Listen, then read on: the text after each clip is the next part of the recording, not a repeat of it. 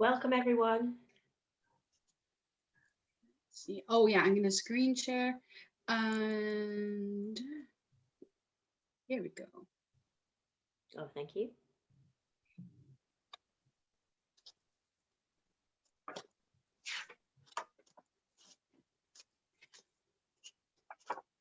Welcome, everyone, to our final session. Hi, everyone. Well, for this term anyway, there are more coming, fortunately. We need a break.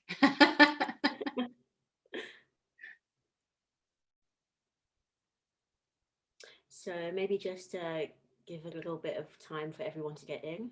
Laurie, are you ready? Pardon me? Are you ready? Yeah, I'm fine. I'm good to go whenever. Maybe give it like 2 minutes. Yeah, just I think a minute or two, so that everyone is actually in the Zoom.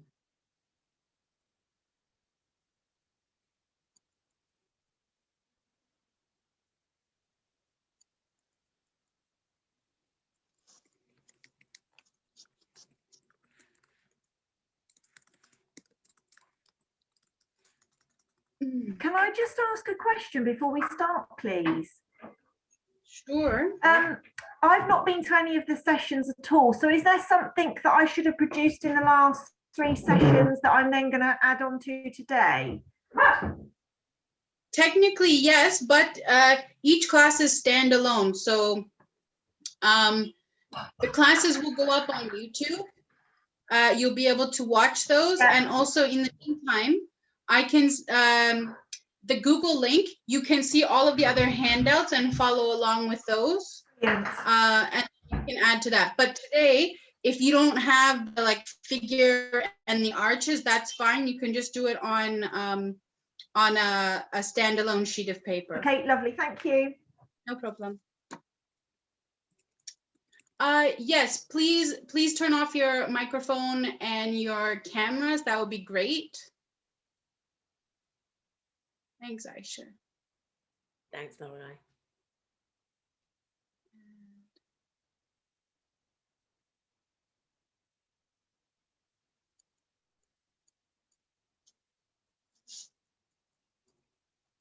I also got new watercolors. Oh, not that I need any more. I need, new watercolors. Like, anyways, I'm not going to finish the sentence. We need, you can work on size A3 or on A4, whatever you have with you. If you work on A4, sorry, why am I saying A4? I mean, yeah. A4, you can kind of follow along with making the motifs. And if you want to put the arches together, then you'd probably need A3. Which new watercolor? I'll show you while we're waiting. I got these ones that look untouched. These are the new ones. These are my obsession. Perfect. Okay, I think we can start. Sure. And everybody else can just jump in as they arrive. So welcome everyone to our final session for this term anyway. We do have more workshops coming up later in the year. My name is Ayesha and I'll be moderating today.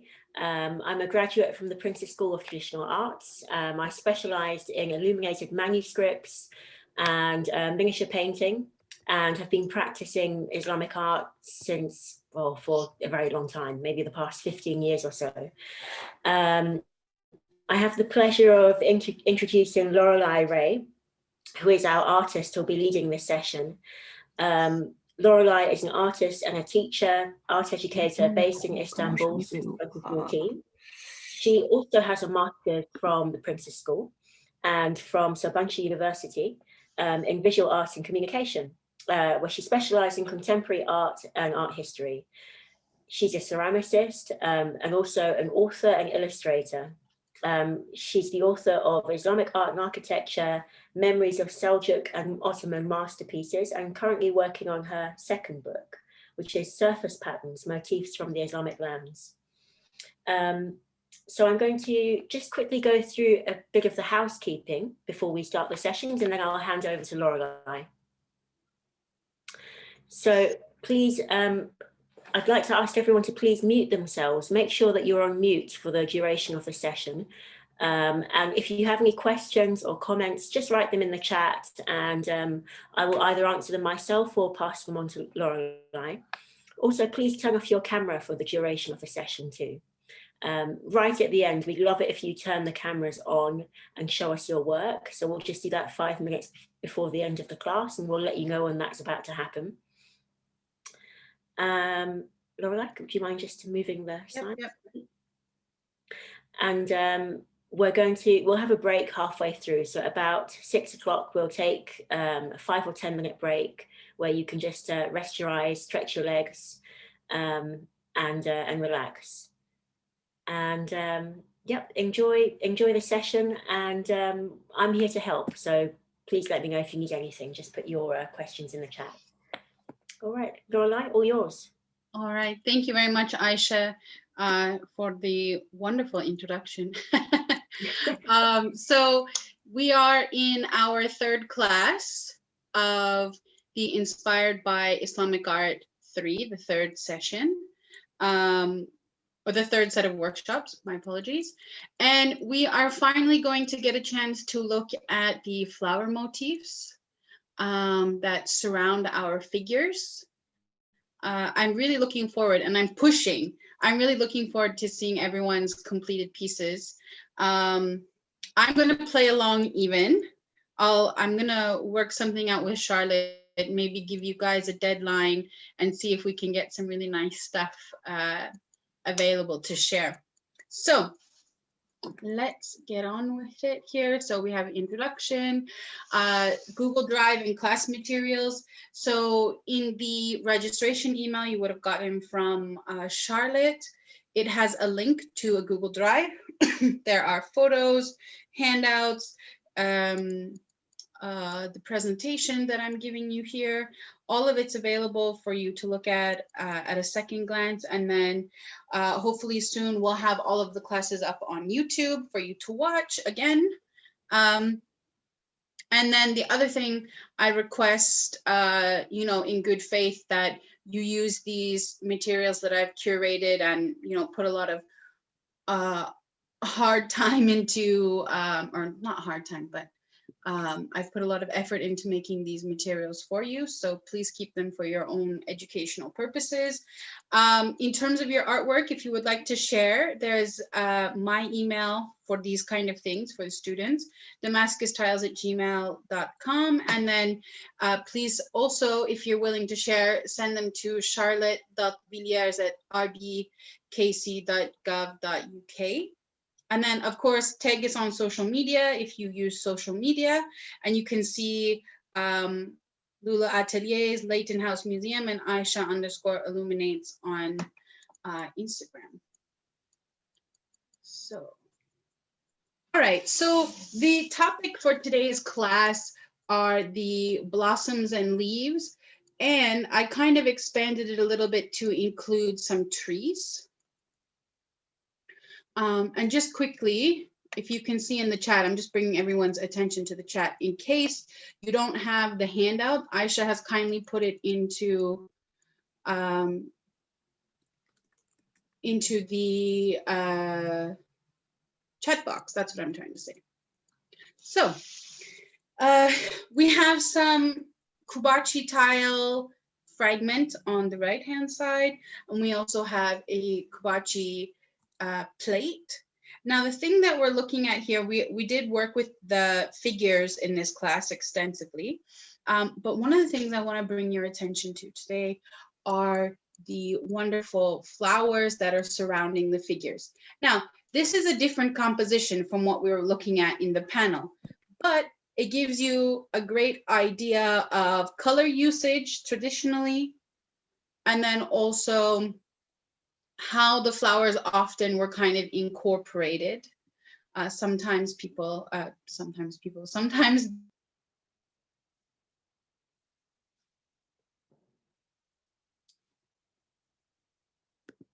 Oh, Laurelie, you've muted somehow. Would you be able to unmute yourself? Yeah, that wasn't me. Someone muted me. Oh, that's strange. I didn't touch anything. I wasn't. It's possible it was, I'm not sure, but can you hear me now? We can hear you now. Okay, perfect. So what I was saying was, we can begin to understand how to incorporate the flowers and take some ideas and some inspiration. In this series of classes, I haven't given really any hard rules of what you have to do and how you should do something. I really want you to kind of experiment and enjoy the process. As I said in the beginning of the class for the first week, although I do study miniature painting, I am not a miniature painting teacher, and I want this to be accessible. I want it to be kind of a artistic or creative release. So anything goes, enjoy it, especially with the flowers. Come on, the slide doesn't want to go. There we go. So this is the garden gathering. I believe it's at the Met. All of the photos that you see in these presentations are also labeled and in the photo resources. That's for the people who are new and aren't used to the way I teach. So I want you to take a look at the garden. Look at the grass here. We have ceramic pots, which we will cover today. We will look at the ceramics in the figure's hands. We've got flowers all over the place, cherry blossoms, cypress trees. There is sometimes pomegranate trees. I don't know, almost like blades of wheat growing. So I want you to see how we have this front plane here, which the flowers are almost falling out of the ceramic panel. That's how they look. They're right in the front. And I really love like the different understanding of foreground and background. Although in this piece, we do have more understanding of a background, a midground, and a foreground. We have these flowers in the front here. If you see right down here, they're just about to fall off the page. And I really, really like that. It's very, very close. In comparison to Western art, you don't get them so right on the edge. So this is something you could incorporate if you like. And they're very whimsical, you know, they're growing how they would in nature. So yeah. Do we have any questions so far? Not really. Somebody just asked whether you'll be using a compass for the drawings, but I don't think so. Most likely not. I might use my circle maker if I need it, but these are generally going to be hand drawn. Yeah.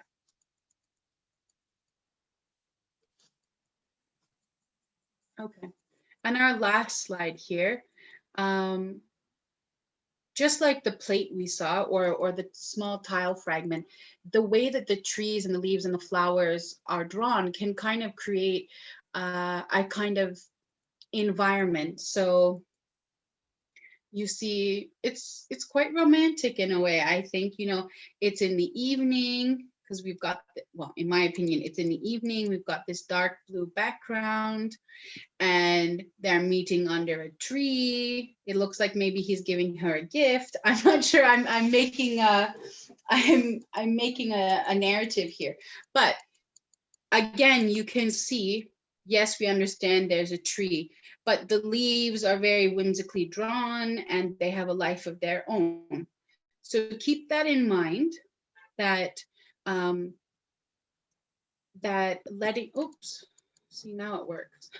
That letting your plants grow in and out around the trees, around the feet of your figures, I think will look very nice.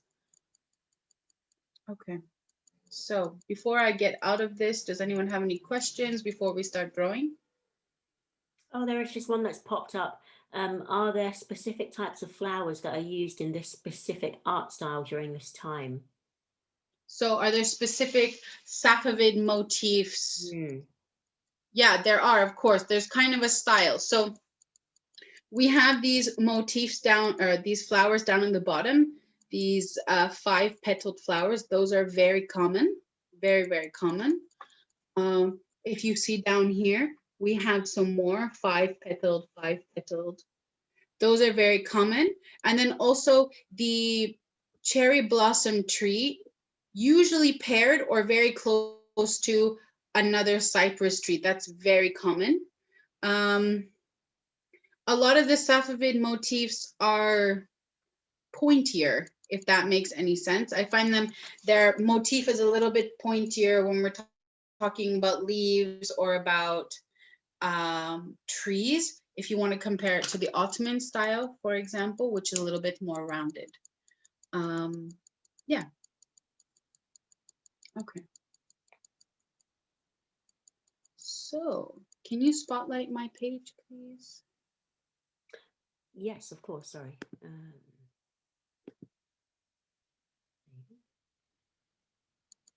Okay, fantastic. All right.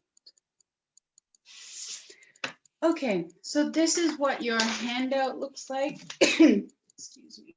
And I want to show you something quickly. If you took my Imperial Threads class, then my apologies, you're going to see something that looks familiar to you. But I wanted to also kind of drive home the fact that these motifs are drawn very lovingly and with lots of creativity.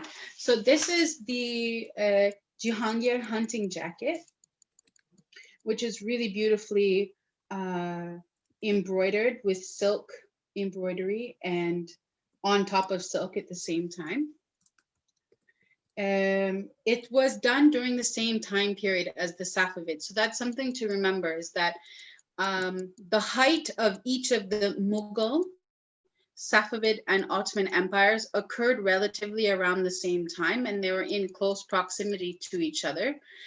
Whether they were at war with each other or friends with each other, there was definitely a sharing. I don't know if sharing is the right word, but for all intents and purposes, there was a sharing of ideas, of craftspeople, of the arts, etc. There is a book, I have it here, I'll find the name, by Sadia Farouk, about the traveling and the trading almost of artisans. So that's why some of these motifs might look quite similar. Exchange of ideas. Thank you very much, Fatma. Yeah. So yeah, the reason for me to show you that is you can see everything is growing and living on its own like it would in nature. Laurelie, there's a question about where the item is from. This one? Yes. Like, where is it right now? I think originally, I'm assuming. It's Mughal. So Mughal Empire is in the Indian subcontinent. Okay. All right, so now quickly, oh, I have some books actually to show you before we get going. And just one thing of business, I've got a list to get through. Last week I was going on and on and on about the dragon and the clouds, and I couldn't find the piece of paper that I was looking for. And here is what I was talking about in last week's cloud class. This is a very Ming Dynasty dragon, and it's on many different jars and pots. And then we have some Rumi motifs that kind of date around the same time period, showing that there was a stylistic exchange happening, which then turned into the Rumi motif and also into cloud motifs. Okay. I saw something about, tell me. Sorry, Laurelie, there was another question about the garment that you showed. Angela would like to know if it's in a book or a museum. It's somewhere. In a museum.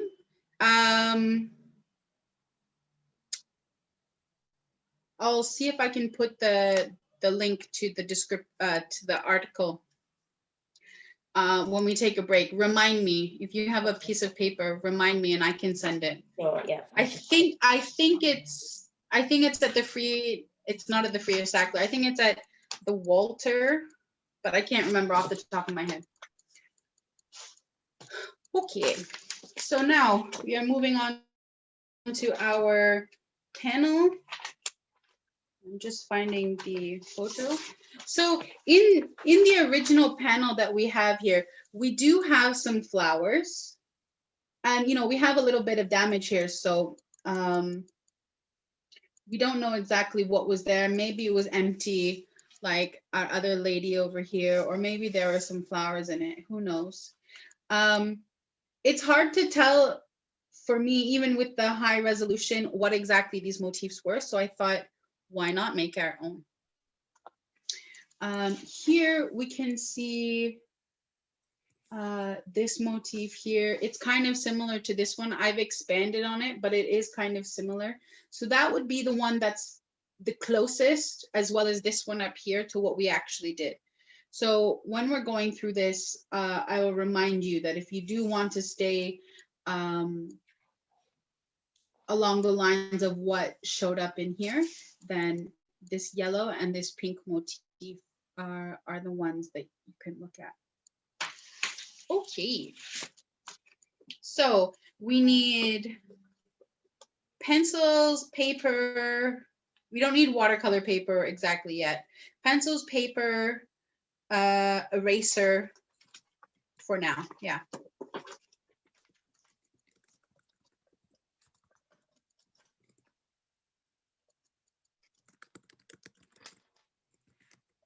And a ruler, if I didn't say that already, a ruler.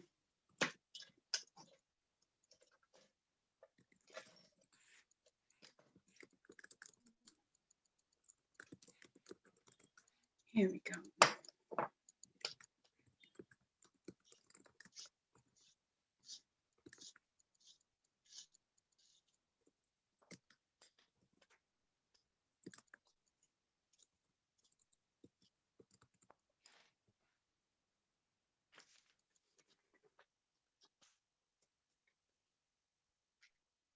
And maybe at the break time, I will show you some of the books I have that I use for references for flowers. Because I really like flowers. It's kind of my thing. All right. So I am going to take the back of one of mine.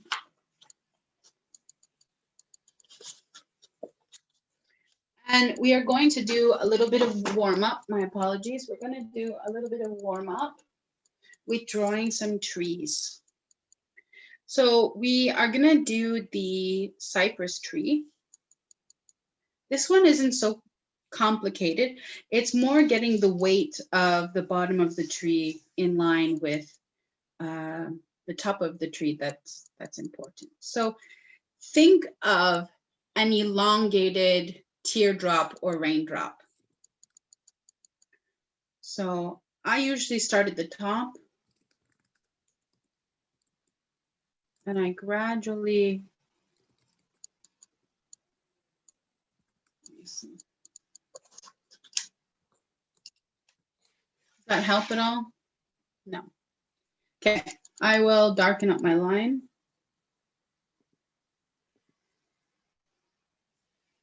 Like so.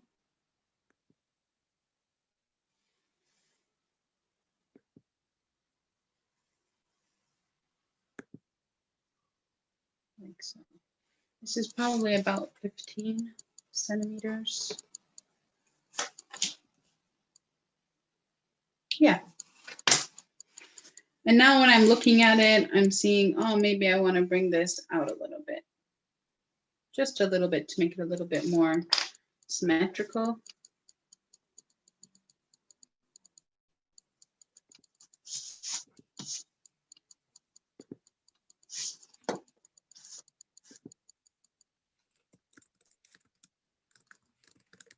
All right.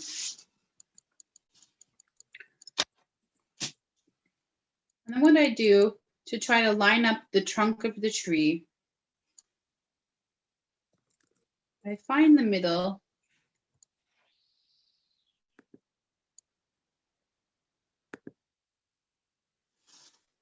Like so. And then just draw kind of the ground so the tree is definitely in its space. All right, so you should have the basic motif down now. The next part is this bottom trunk here. There are a few different ways you can extend it. This is a kind of representation of the branches you can see at the bottom of a cypress tree. Laurelie, sorry, there's a question here. This is to be drawn on your cartridge or watercolor paper, is that correct? Yep. Yeah, so I'm just trying to reuse paper so I don't. Okay. That's all. All right, so the bottom.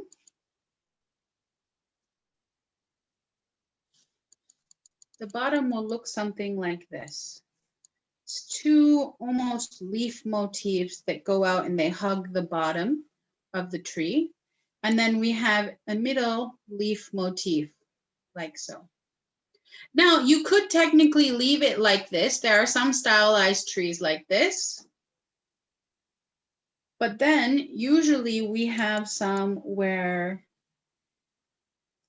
if you have lived around cypress trees, you know there's one or two branches that kind of go out of line, especially if they haven't been trimmed. Like that, just making a nice little notch. And then up here on the opposite side.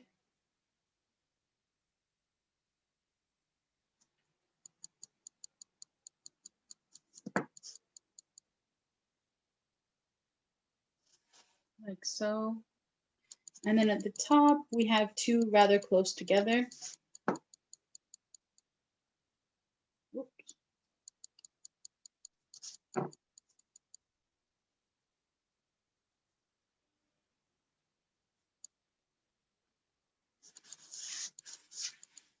Okay.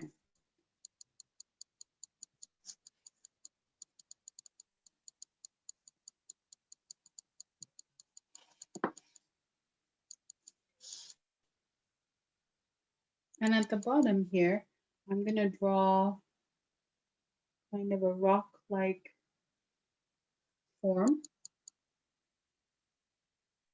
And from that, we can have some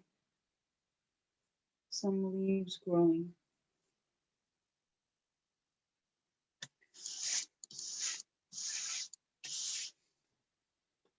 So.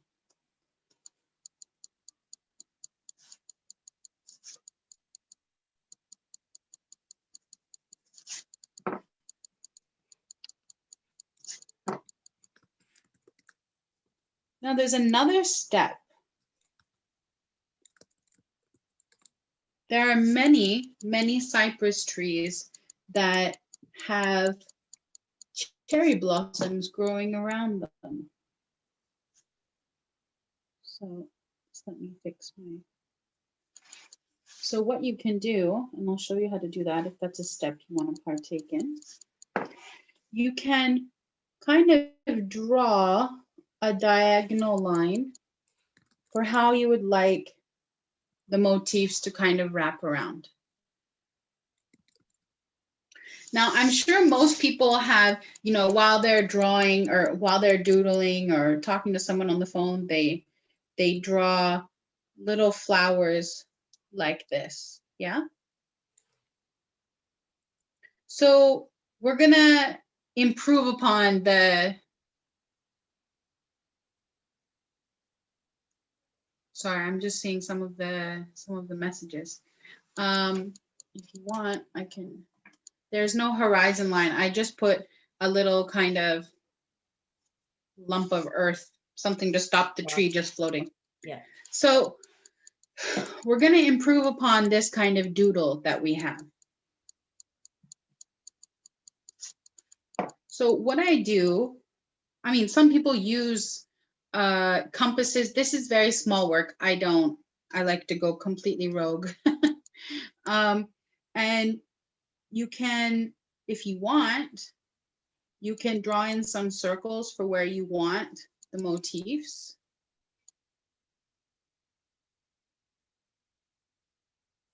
Very lightly, like so.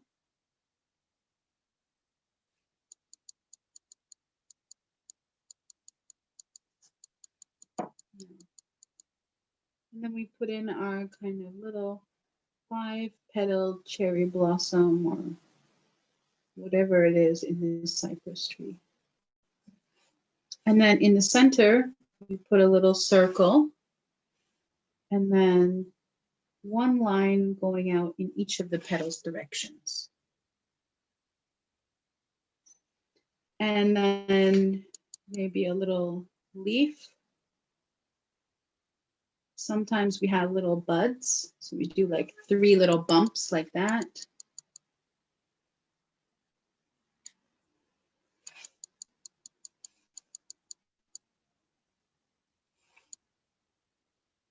Was that close enough, Ayesha? I think so. I think that's fine. Yeah. Okay. Yeah, I think so, because everyone can see the whole tree. Okay. Oh no. Okay. Some people are saying no if they want it to be a bit closer. I tried. Maybe I think the way you had it before was fine. I think just for a few seconds it went off camera, but then you brought it back. But yeah, that's it's a little closer. This is comfortable enough where I don't feel like I'm going to hit the phone. Okay, good. Okay, yeah, so I'm just going to continue here like so.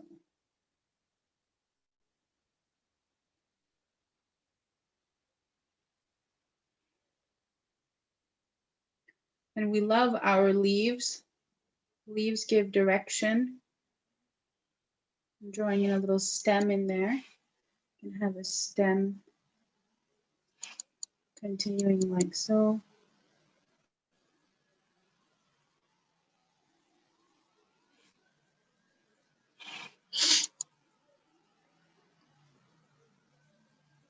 These are the kind of motifs where there's a lot of motifs I teach that definitely have a specific way to draw them. But when we're talking about these small little ones, it's much more artistic license, that's for sure. And everything wants to look, or everything should look kind of lush and growing and healthy.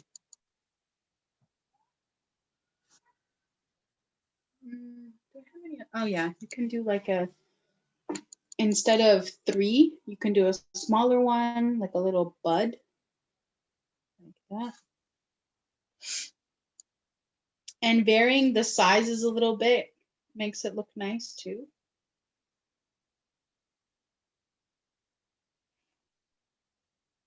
Like this one, maybe I'll do quite a bit larger.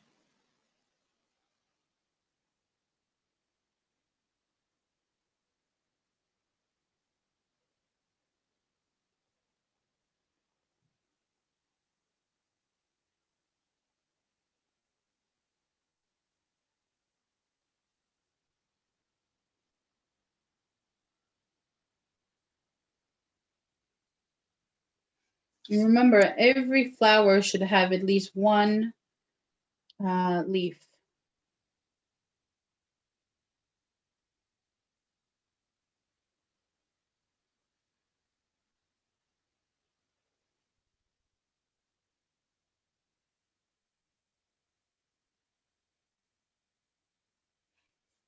I could literally do this all day. So I'm gonna, after this last one, I'm gonna stop myself because we'll be here till tomorrow. It's looking very lush. Yeah.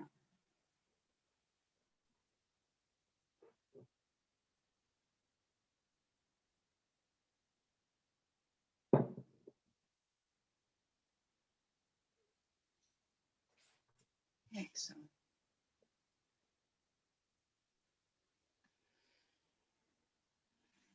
Okay. So I'm gonna give you guys a minute to finish up that.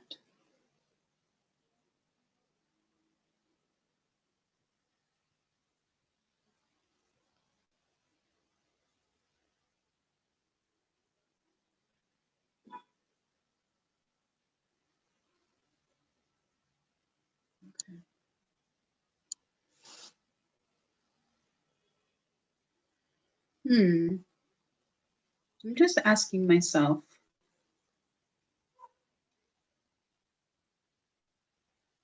No, I think we'll do drawing all together and then painting all together. I had it in my head that I was going to do them separate, but we'll make a collection and then we'll have stuff to go back and forth from while we're drawing. You guys have been privy to my thought process. Okay. And oh yeah, the tree looks awful now. It's just like this straight rectangle. So we have to kind of make it more tree trunk like. So if you have, you know, if you imagine the knots in the wood,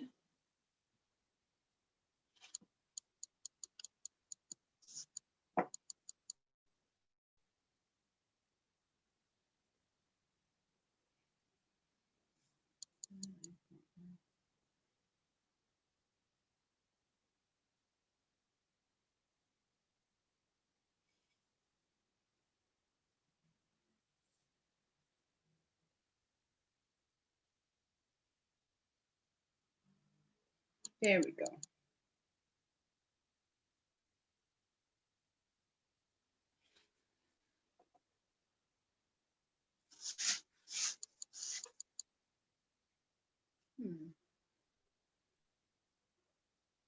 I'm thinking.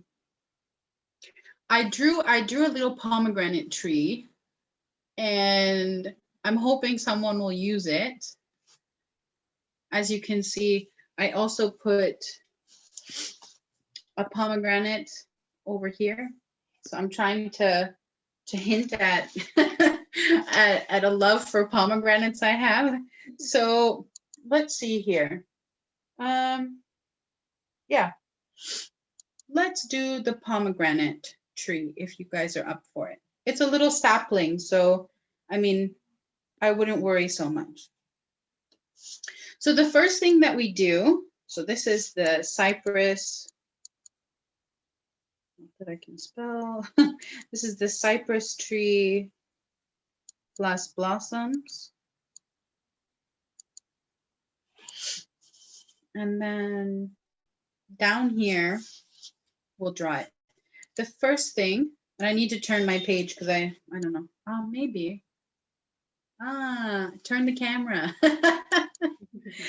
So if we draw the general shape of the tree, this is going to give us a good foundation for how we're going to go. So we're going to draw a branch that turns into a trunk that has a slight arc, like so.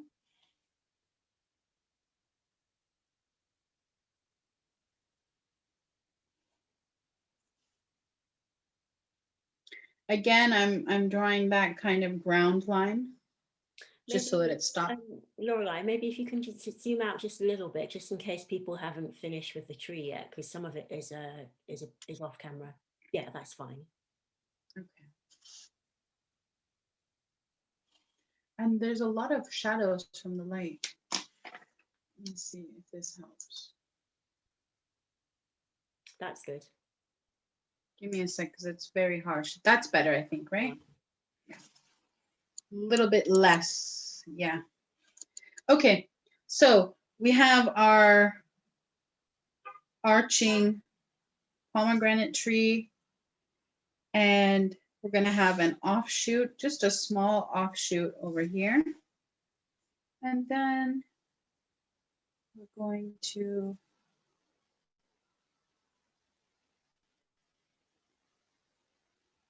have a small offshoot over here on the other side.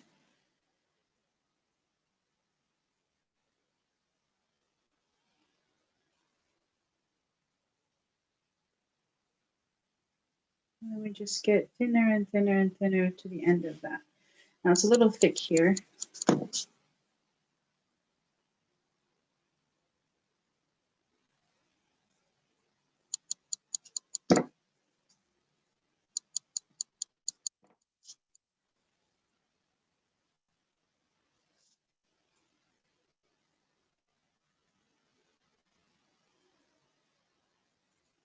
Like so.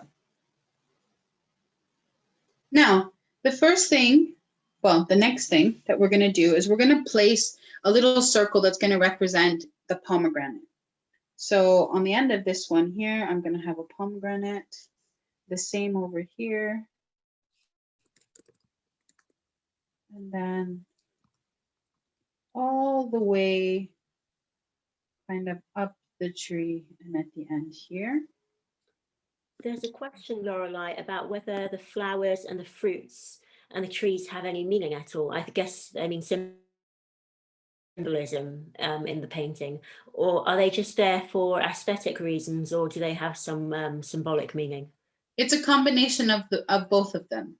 There was a European movement of symbolism, I believe, in medieval times, where every single flower had a symbolic meaning. In this case, it's not every single flower that's on the page has a meaning. We have some different trees. Like when we're looking at the cypress tree, there's a lot of symbolism around the cypress tree connecting heaven and earth because it's so tall. A lot of the cherry blossom trees, they're in bloom, right? So it's a representation of spring and new beginnings. Yeah, there's well, with the pomegranate, there's a few different meanings. It's not just yeah, exactly. Charlotte wrote, the Victorians loved the language of flowers too. That's exactly, yeah. So yeah, there's lots of different meanings behind one, and I'm a little bit I don't want to give you an exact one, because from different places they can mean different things. Even within similar cultures, they can have different meanings depending on who made it. So you know, I think I was talking last week about the tulip, was I? Yes, we talked about the tulip. Yeah. Now the tulip isn't in most of the Safavid stuff. I did include a tulip on our sheet, and we will draw it. But there are tiger lilies, hyacinth, you name it. They're all indigenous flowers. So that's another thing to keep in mind, that they drew and incorporated what was around them. And there's also some references. So we have some Quranic or, you know, religious motifs as well. So the rose, the tulip, pomegranate, fig, olive, you can find all of those kind of depicted. Now this one here, there's no fruit on it. I've seen it many times, and I was curious if you know what an actual olive tree looks like. This is very similar to what a sapling looks like, an olive tree sapling. So it could be. Sometimes the names that the craftspeople give can kind of explain to you what it is too. So as I said last week, the prophet's flower, I don't know what it's based off of, but that's the name that's given to it. So there isn't an either or kind of answer. Okay, I think we have everything we need. So the first thing we're going to do with these pomegranates is we are going to draw them in, and then we will lay the leaves around them. So I'm going to draw this larger so you can see it, and then you can apply it in a small size. So I've got a circle drawn for my pomegranate. Now, what I normally do with these small ones is I will come up like so on either side. I come in and then I draw another little triangle in the back. Because they're so small, it's hard to get like a real nuance in shape. So yeah, that's the shape we're looking for.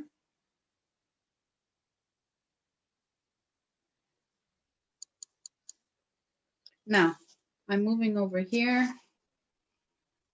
And oh, another thing to keep in mind is the growth, the growth of the tree will match the direction of the fruit. So on this side, they will be facing this way. This is, one of the only rules I'm going to give you today. But if you think about nature, there is a kind of rule to nature. And then these ones on the other side will be going this way. Gravity, right? So I'll show you what I mean.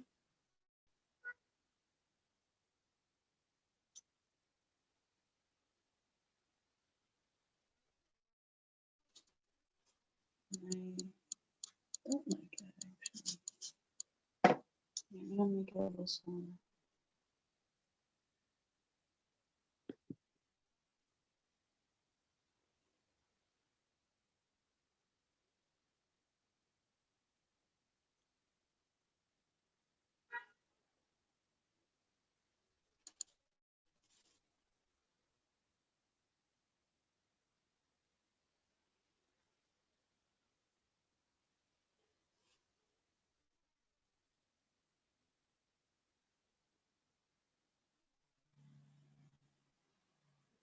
I was thinking if we can try to finish class maybe 5 minutes earlier, I can perhaps allow for some questions. I'm sure. I'm sure you'd have a. Yeah. Any promises?